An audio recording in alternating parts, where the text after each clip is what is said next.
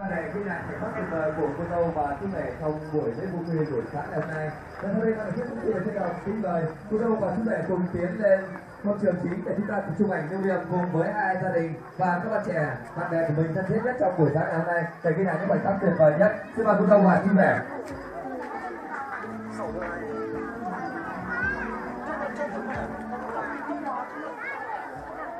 Vâng, và trước tiên ban tổ chức xin trân trọng kính mời cô dâu và chú rể cùng tiến lên phân trường chính để chúng ta chụp kiểu ảnh lưu niệm đầu tiên để ghi lại khoảnh khắc tuyệt vời nhất của cô dâu và chú rể trong buổi sáng ngày hôm nay. Xin trân trọng kính mời. Và một lần nữa ban tổ chức cũng xin trân trọng kính mời các đồng chí làm nhiệm vụ tiếp tân hay đón tiếp các vị tân khách quý của chúng ta vào trong hội trường để ổn định vị trí chỗ ngồi để tham gia lễ vu quy của đôi bạn trẻ trong buổi sáng ngày hôm nay. Xin được trân trọng kính mời.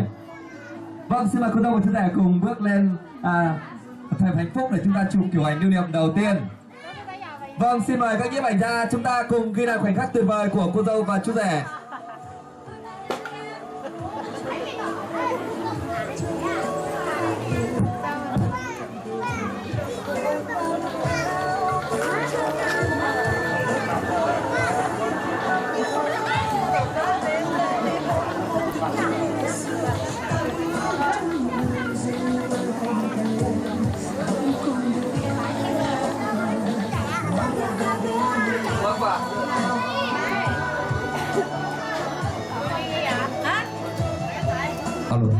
Vâng, và tiếp theo ban tổ chức xin được trân trọng kính mời các bạn trẻ thanh niên nam nữ là những người thân hữu nhất của cô dâu và chú rể sẽ lên chụp ảnh lưu niệm cùng với cô dâu và chú rể trong buổi sáng ngày hôm nay. Xin trân trọng kính mời. Vâng, xin mời cô đứng qua bên cạnh chú rể.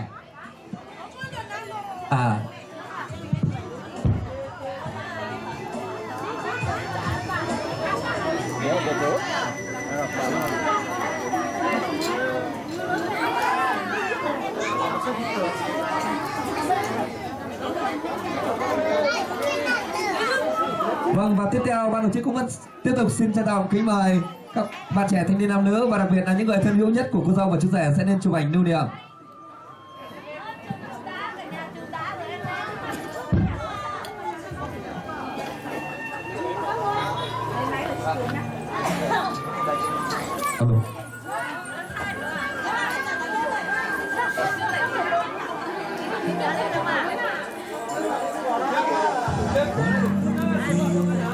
Vâng, và kiểu tiếp theo xin mời cô dâu chú rể đổi chỗ cho cô ở giữa một chút, là cô dâu chú rể đứng cạnh nhau.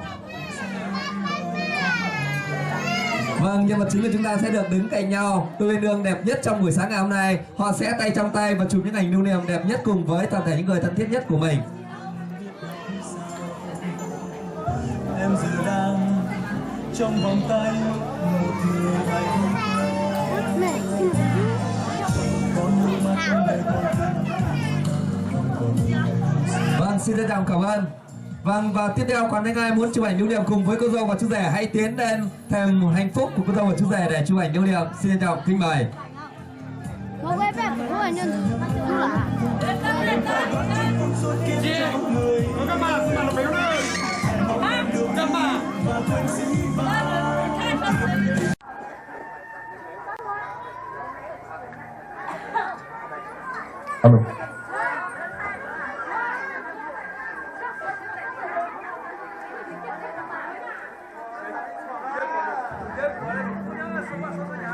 Vâng, và kiểu tiếp theo xin mời cô dâu chú rể đổi chỗ cho cô ở giữa một chút, là cô dâu chú rể đứng cạnh nhau.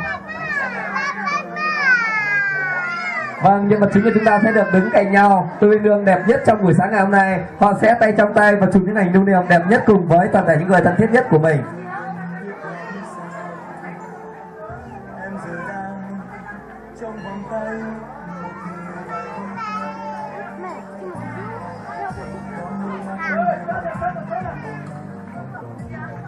Vâng, xin trân trọng cảm ơn. Vâng, và tiếp theo còn những ai muốn chụp ảnh lưu niệm cùng với cô dâu và chú rể hãy tiến lên thềm hạnh phúc của cô dâu và chú rể để chụp ảnh lưu niệm. Xin trân trọng kính mời.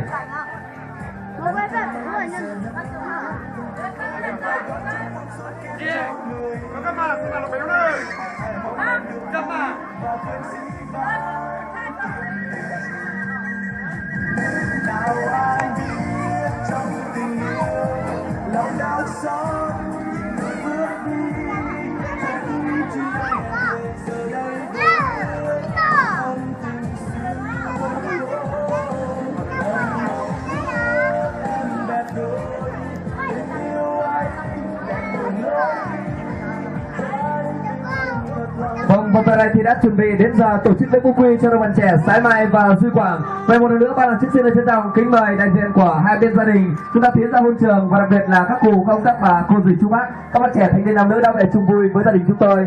Sẽ ổn định vị trí chỗ ngồi để chúng ta cùng tham gia lễ vu quy trong buổi sáng ngày hôm nay được diễn ra đúng giờ. Xin trân trọng kính mời và cảm ơn. Vâng, xin cảm ơn cô dâu và chú rể. Xin mời hai bạn trở xuống phía dưới để cùng tiếp nước và mời các cụ, công, các bà. Xin trân trọng cảm ơn.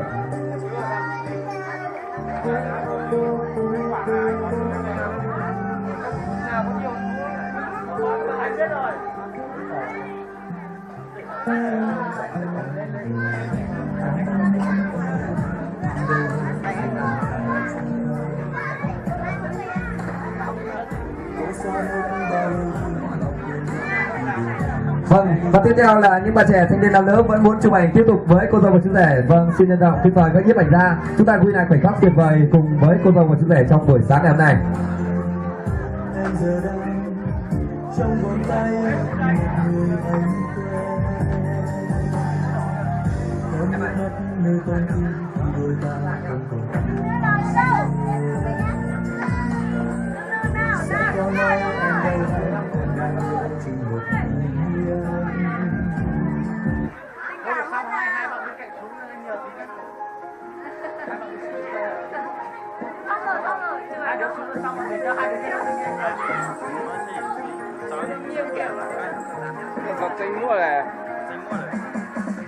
Vâng, xin mời cô dâu và chú rể chúng ta cùng đứng ở đài hôn trường để chúng ta chuẩn bị đến với lễ vu quy.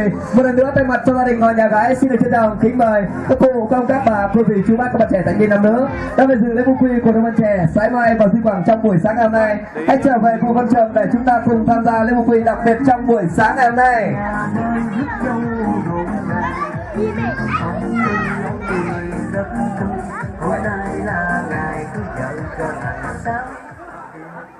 Vâng, kính thưa toàn thể quý vị, đúng là mường Khương quê ta quả thật rất giàu, mà con trai con gái thì chẳng đâu đẹp bằng. Còn ai thắc mắc hay chăng thì chú rể Duy Quảng đã là bằng chứng đây. Anh ấy trông rất là đẹp trai, cao to phong độ, không ai đẹp bằng. Còn cô dâu Sái Mai thì lại xinh đẹp tuyệt trần, mà dịu dàng dễ mến lại có phần lên A. Chị được ví như là chị hàng Nga, mà thiên bồng nguyên soái không phải khóc òa vì yêu. Còn chú rể Duy Quảng thì trông giống Sĩ Điều, còn cô dâu thì lại trông giống Thúy Kiều ngày xưa. Hai người ánh mắt đong đưa, nhìn nhau say đắm mà say sưa tình nồng. Ông Tơ gieo sợi chỉ hồng, sẽ cho hai bạn tình nồng vu quy. Vâng, thay mặt cho ban tổ chức xin được trịnh trọng tuyên bố lễ vu quy của Sái Mai và Duy Quảng được chính thức bắt đầu. Một tràng vỗ tay của quý vị để chúc mừng cho cô dâu và chú rể trong buổi sáng hôm nay.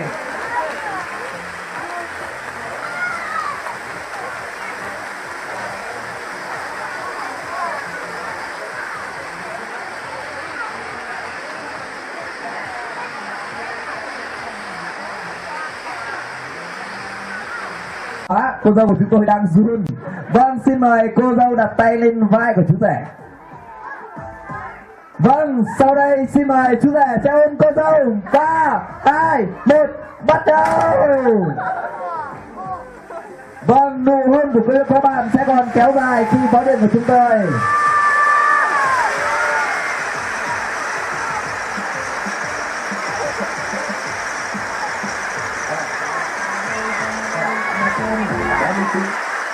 Vâng, kính thưa quý vị, vừa rồi quý vị có thể thấy rằng là một nụ hôn của chú rể Duy Quảng dành cho cô dâu Sái Mai hết sức tuyệt vời. Tuy nhiên người ta bảo rồi có qua có lại thì mới toại lòng nhau. Cô dâu Sái Mai lại đề nghị rằng là vừa rồi thì nhà trai, đại diện cho nhà trai là anh Duy Quảng hôn em rồi, bây giờ em là nhà gái cũng phải hôn lại một cái. Vì vậy lần này là chú rể sẽ phải đứng im, mắt lim dim, tim đập đập, và chỉ có đứng im để tận hưởng nụ hôn mà cô dâu dành cho mình. Cô dâu dành cho mình. Vâng, xin mời cô dâu và chú rể quay lại tư thế 37 độ 5 và 35 độ 7 đi ạ. Vâng, quý vị có thể thấy rằng là nhà trai đang dẫn trước nhà gái của chúng ta với tỷ số là 1-0. Và sau đây là một quả đá phạt đền của cô dâu dành cho chú rể. Vậy thì trước một hàm răng dày đặc thì quả đá phạt đền của cô dâu có thành công hay không? Quý vị cùng hướng lên sân khấu để chứng kiến cô dâu sẽ hôn chú rể. Nhà gái của chúng ta đâu ra? Nhà gái đâu rồi? Vỗ tay để chúc mừng cô dâu. Bây giờ xin mời cô dâu hôn chú rể. Bà con ơi ra đây mà xem. Vâng, hết sức tuyệt vời. Một tràng vỗ tay của quý vị. Vâng, một tràng vỗ tay của quý vị để chúc mừng cô dâu và chú rể. Vâng, kính thưa toàn thể quý vị, sau đây thì hội hôn xin có mấy lời cảm ơn quý vị khách mời gần xa đã không quản ngại đường xá xa xôi, đã mất chút thời gian và Ngọc về chung vui với gia đình chúng tôi để chúc phúc cho đôi bạn trẻ nên đôi vợ chồng. Vâng, chúc cho duyên mới mặn nồng, chúc cho tất cả sắc hồng mùa xuân. Và giờ này thì đồng hồ đã điểm đúng giờ, nó đi vun vút chẳng chờ đợi ai. Xin mời hai họ gái trai cùng nhau chúng ta ổn định vị trí chỗ ngồi, uống nước, hút thuốc và dùng bữa cơm thân mật cùng với gia đình chúng tôi trong buổi trưa ngày hôm nay. Xin mời cô dâu và chú rể cùng đi chúc phúc các cụ công các bà cô dì chú bác trong buổi sáng ngày hôm nay. Một lần nữa ban tổ chức xin thay mặt cho trung tâm tổ chức sự kiện Mường Khương trân trọng cảm ơn sự lắng nghe và hiện diện của toàn thể quý cụ, quý ông, quý bà. Và xin mời quý vị hãy dành một lần nữa dành một tràng pháo tay nồng nhiệt cho cô dâu và chú rể trong buổi sáng ngày hôm nay.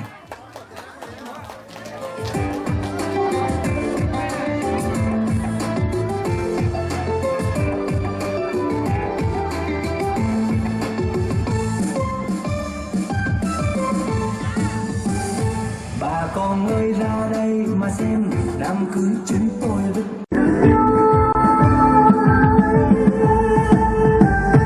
đám cưới cô dâu là đẹp xinh như hoa là xa tôi này nhân dạng chào nàng đến nước nguyện cầu ta hạnh phúc bên lâu.